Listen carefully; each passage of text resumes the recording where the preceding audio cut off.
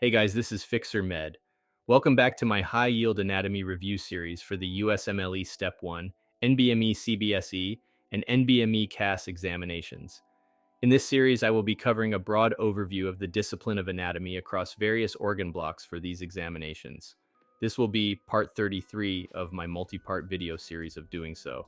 Without any further delay, let's go ahead and get started on today's content. Today, I'd like to open up the presentation by covering the esophageal anastomosis.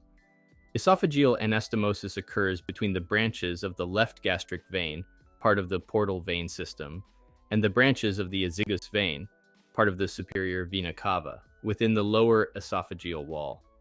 In cases of portal hypertension, these venous connections expand within the esophageal wall and eventually rupture into the esophageal lumen, leading to the formation of esophageal varices.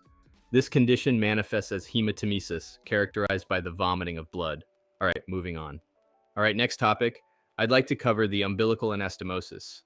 Umbilical anastomosis occurs between the paraumbilical vein, part of the portal vein system, and the superior and inferior epigastric veins, associated with the superior and inferior vena cava, surrounding the umbilicus on the anterior abdominal wall. In cases of portal hypertension, this anastomosis enlarges, leading to the dilation of veins and the formation of caput medusae around the umbilicus. All right, moving on. All right, next topic, I'd like to cover the rectal anastomosis. Rectal anastomosis occurs between the superior rectal vein, which drains into the portal vein via the inferior mesenteric vein, and the inferior rectal vein, which drains into the internal iliac vein, part of the inferior vena cava system, in the region of the rectum. In cases of portal hypertension, this anastomosis dilates, leading to the development of internal hemorrhoids and rectal bleeding. All right, now that we have covered all of the content for today, let's look at some NBME-style multiple choice questions to test your knowledge. What is the primary consequence of anastomosis between the branches of the left gastric vein and the branches of the azygous vein within the lower esophageal wall, particularly in the context of portal hypertension?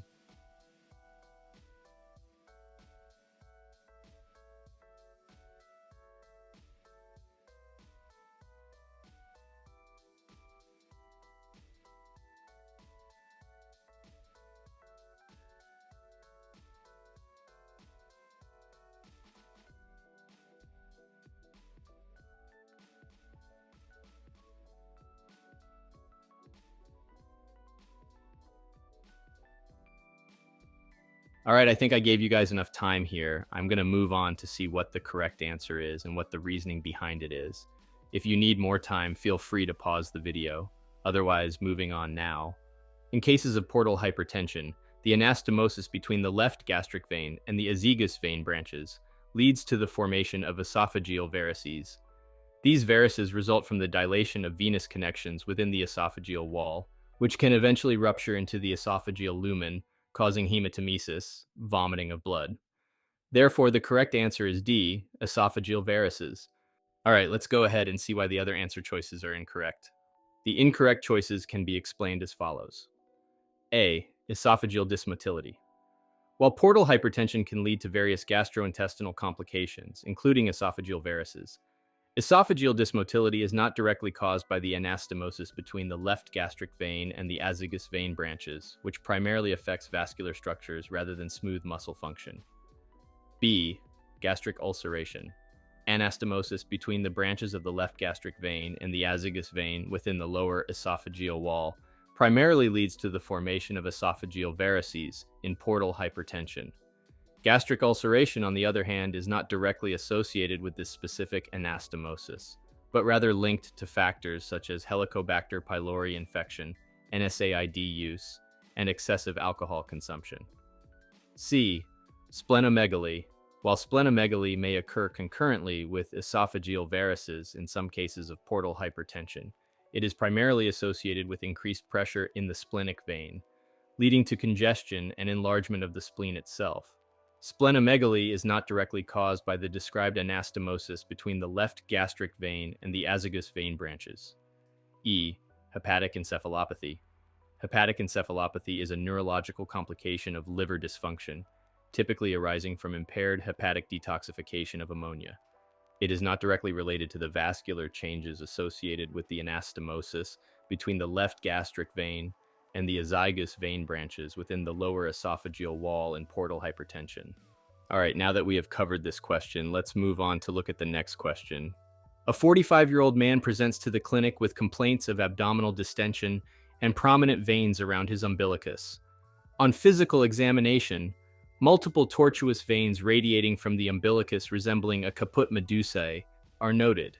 Laboratory investigations reveal elevated liver enzymes, and imaging confirms the presence of portal hypertension. Which of the following best describes the mechanism underlying the development of caput medusae in this patient?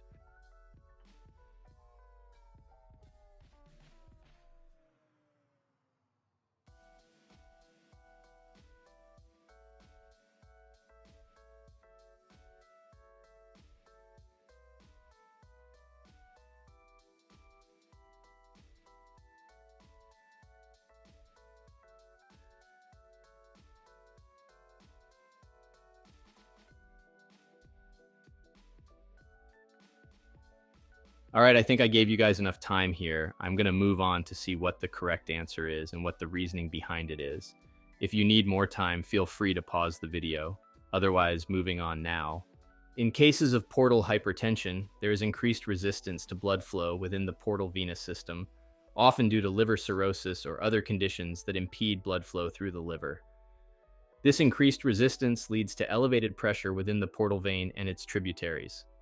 As a result, blood is diverted through collateral venous channels, including the paraumbilical veins, which connect the portal vein system to the systemic venous system via the epigastric veins.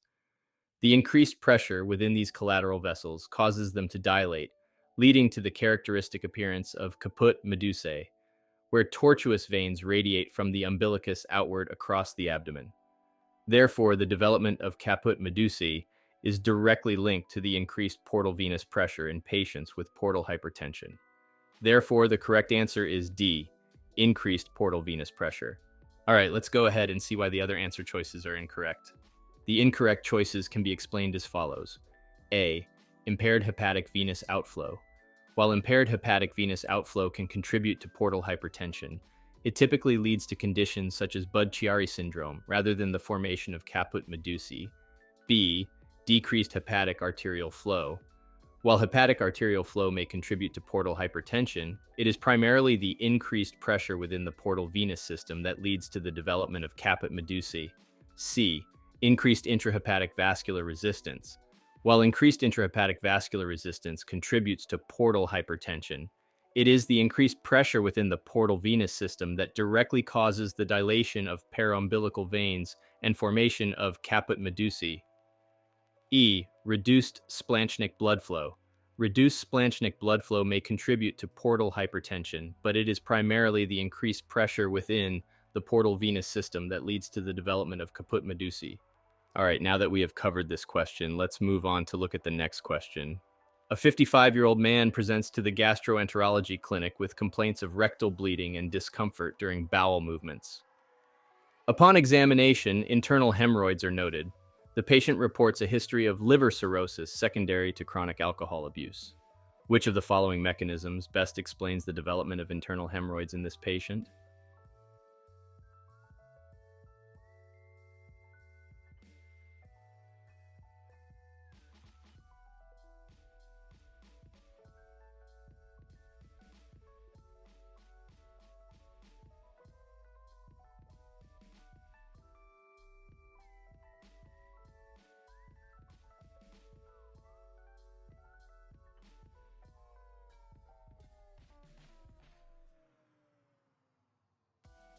All right, I think I gave you guys enough time here. I'm going to move on to see what the correct answer is and what the reasoning behind it is.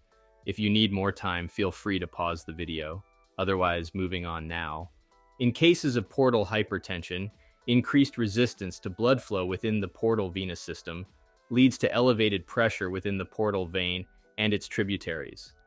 This increased pressure causes dilation of collateral venous channels, including the rectal venous plexus. As a result, the rectal veins, including the superior rectal vein, draining into the portal vein system, and the inferior rectal vein draining into the internal iliac vein system dilate, leading to the development of internal hemorrhoids. Therefore, the development of internal hemorrhoids in this patient is primarily due to increased portal vein resistance associated with portal hypertension. Therefore, the correct answer is A, increased portal vein resistance. All right, let's go ahead and see why the other answer choices are incorrect. The incorrect choices can be explained as follows. B, decreased hepatic arterial flow. This choice incorrectly attributes the development of internal hemorrhoids to reduced blood flow through the hepatic artery, which is not directly related to hemorrhoid formation. C, impaired hepatic venous outflow. While impaired hepatic venous outflow can lead to conditions like Budd-Chiari syndrome, it typically manifests with ascites and hepatomegaly rather than internal hemorrhoids. D, dilated rectal arteries. This option incorrectly focuses on arterial dilation, whereas hemorrhoids primarily result from venous congestion rather than arterial abnormalities.